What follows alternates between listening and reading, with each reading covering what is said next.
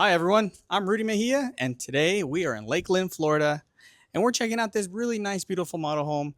It's called The Robinson, built by DR Horton. It has 4 bedrooms, 3 bathrooms, a 2-car garage, and just over 2,100 square feet. So if you like these videos, please give it a like, and don't forget to subscribe. Let's go check it out.